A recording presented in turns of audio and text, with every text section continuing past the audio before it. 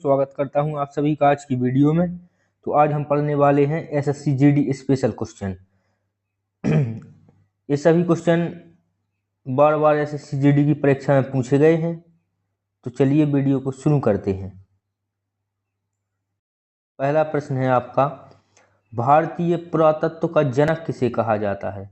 तो भारतीय पुरातत्व का जनक कहा जाता है अलेक्जेंडर कनिंघम को। Option number A, Alexander Cunningham. भारतीय पुरातत्व का जनक अलेक्जेंडर कनिंघम को कहा जाता है। चलिए बढ़ते हैं अपने अगले क्वेश्चन की ओर। तो आपका अगला प्रश्न है, सिंधु सभ्यता के लोग क्या बनाने के लिए तांबे और टिन को मिश्रित करते थे?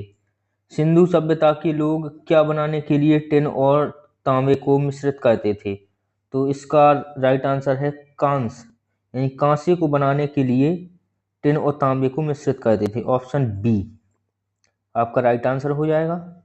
तो चलते हैं अगले प्रश्न की ओर। अगला प्रश्न है, मोहनजोदड़ो नाम का अर्थ किस भाषा में मुर्दों का टीला है? तो आपका राइट आंसर है सिंधी। सिंधी, ऑप्शन डी, सिंधी आपका राइट आंसर हो जाएगा। देखते हैं अगला प्रश्न। अगला प्रश्न है, निम्नलिखित में से प्राचीन भारत की कौन सी लिपि दाईं ओर से बाईं ओर लिखी जाती है? तो इसका राइट आंसर है खरोष्ठी लिपि। और ऑप्शन नंबर सी, खरोष्ठी लिपि आपका राइट आंसर हो जाएगा। बढ़ते हैं अगले प्रश्न की ओर। आपका अगला प्रश्न है, निम्न में से कौन सी सभ्यता अपने नगर नियोजन के लिए प्रसिद्ध है? तो नगर नियोजन के लिए प्रसिद्ध है सिंधु घाटी सभ्यता। ऑप्शन ए, सिंधु घाटी सभ्यता। ऑप्शन ए आपका राइट आंसर हो जाएगा। देखते हैं अगला प्रश्न। किस स्थान से हड़प्पा कालीन रथ की एक प्रतिमा प्राप्त हुई है? तो इसका राइट आंसर है option number C. Option number C, Daimabad. Option C. चलिए बढ़ते हैं अगले प्रश्न की ओर। तो दोस्तों आपका अगला प्रश्न है, ऋग्वैदिक काल में रावी नदी को क्या कहा जाता है?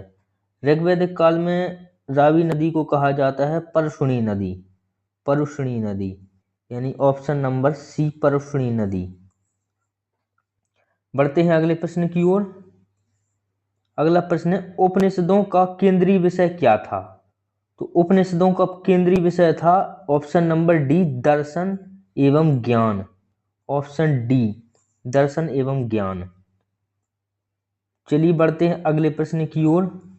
तो अगला प्रश्न है, किस वेद में बुरी आत्माओं और बीमारियों से बचने के लिए जादू टोना और तंत्र मंत्र का संग्रह है?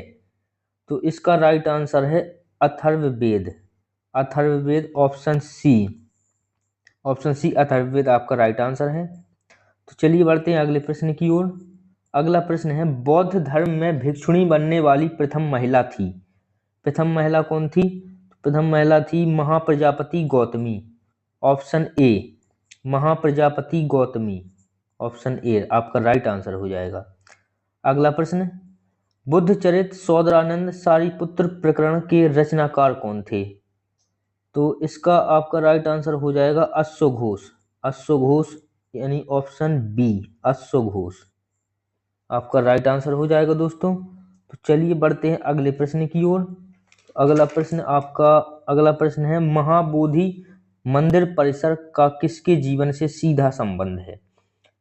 तो इसका राइट आंसर आपका है भगवान बुद्ध। ऑप्शन सी, भगवान बुद्ध आपका राइट आंसर हो जाएगा दोस्तों। बढ़ते हैं अगले प्रश्न की ओर। कौटिल्य किस शासक के प्रधानमंत्री थे? कौटिल्य किस शासक के प्रधानमंत्री थे? कौटिल्य चंद्रगुप्त मौर्य के प्रधानमंत्री थे। ऑप्शन सी, कौटिल्य चंद्रगुप्त मौर्य के दरबार में प्रधानमंत्री थे। चलिए बढ़ते हैं अगले प्रश्न की ओर। अगला प्रश्न है, दिल्ली के प्रसिद्ध लौह स्तंभ का निर्माण किस वंश के शासक ने करवाया था? तो दिल्ली के प्रसिद्ध लौह स्तंभ का निर्माण गुप्त वंश के शासकों द्वारा करवाया गया था। तो इसका राइट आंसर है ऑप्शन ए, गुप्त वंश। ठीक है दोस्तों, आगे बढ़ते हैं। अगला प्रश्न है, नाट्य शास्त्र का रचयिता किसे माना गया है? तो नाट्य शास्त्र का रचयिता माना गया है भरत मुनि को। ऑप्शन डी, भरत मुनि। नाट्यशास्त्र का रचयिता भरत मुनि को माना गया है। देखते हैं अगला प्रश्न, ऋग्वेद के मंत्रों के समूहों को क्या कहते हैं? ऋग्वेद के मंत्रों के समूहों को कहा जाता है सूक्ति। सूक्ति यानी ऑप्शन ए, सूक्ति ऑप्शन ए आपका राइट आंसर है। चलिए देखते हैं अगला प्रश्न। अगला प्रश्न है अभिज्ञान शाकुंतलम नाटक के रचयिता कौन है? यानी अभिज्ञान शाकुंतलम नाटक किसके द्वारा लिखा गया है? तो ये लिखा गया है कालिदास जी के द्वारा, महाकवि कालिदास जी द्वारा लिखा गया है। बहुत ही प्रसिद्ध नाटक है। चलिए बढ़ते हैं अगले प्रश्न की ओर। अगला प्रश्न है कौटिल्य ने निम्नलिखित में से कौन सी पुस्तक लिखी? तो कौटिल्य द्वारा लिखित पुस्तक है अर्थशास्त्र, ऑप्शन ए अर्थशास्त्र कौटिल्य द्वारा लिखी गई पुस्तक है। चलिए देखते हैं अगला प्रश्न। अगला प्रश्न है सिकंदर ने कब भारत पर आक्रमण किया था? तो सिकंदर ने भारत पर आक्रमण किया था 326 ईसा पूर्व, यानी ऑप्शन सी 326 ईसा पूर्व, ऑप्शन सी आपका राइट आंसर हो जाएगा। चलिए देखते हैं आपका अगला और अंतिम प्रश्न, मौर्य साम्राज्य का अंतिम शासक कौन था? तो मौर्य साम्राज्य का अंतिम शासक था बृहद्रथ, बृहद्रथ यानी ऑप्शन ए आपका राइट आंसर हो जाएगा दोस्तों। ठीक है, तो दोस्तों अगर आपको वीडियो अच्छी लगी हो तो चैनल को सब्सक्राइब करें और वीडियो को लाइक करें।